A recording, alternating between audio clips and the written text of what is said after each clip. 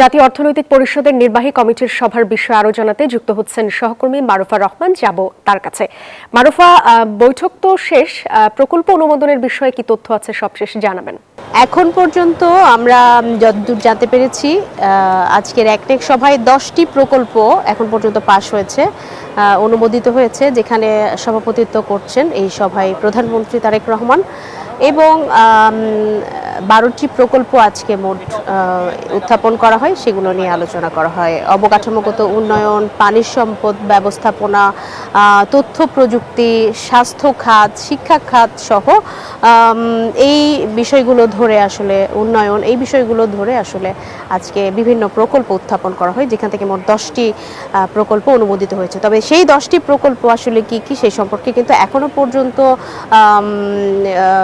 Official কোনো তথ্য আমাদের কাছে নেই। আমরা আশা করছি হয়তো কিছুক্ষণের মধ্যেই কোনো একটা বিবৃতি বা হয়তো প্রেস কনফারেন্সের মধ্য দিয়ে আমরা বিস্তারিত অফিসিয়াল তথ্য জানতে পারবো।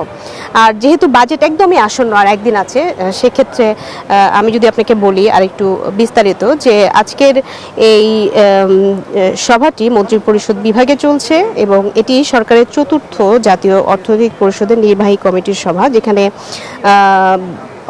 মূলত বিদ্যুৎ, জ্বালানি, স্থানীয় সরকার, তথ্য প্রযুক্তি, সামাজিক নিরাপত্তা খাতসহ যেমনটি বলছিলাম যে অবকাঠামো উন্নয়ন, পানি সম্পদ ব্যবস্থাপনা, স্বাস্থ্যসেবা, এগুলোকে গুরুত্ব দেওয়া হয়।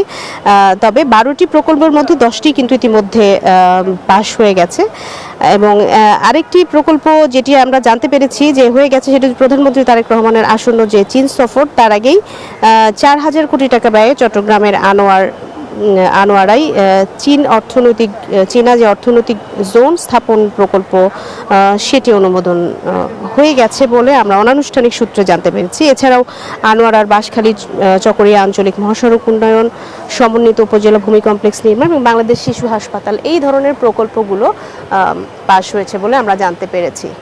তো এর মধ্যে এই সভা শেষে শুধুমাত্র শিক্ষামন্ত্রী আমাদের সঙ্গে কথা বলেছেন।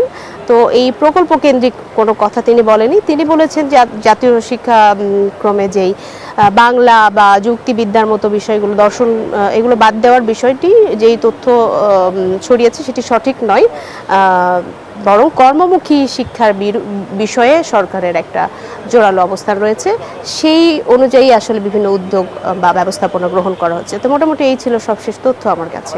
সচিব মারুফা, ধন্যবাদ আপনাকে। Bashundhara public school and college 2026 শিক্ষাবর্ষে ভর্তি চলছে।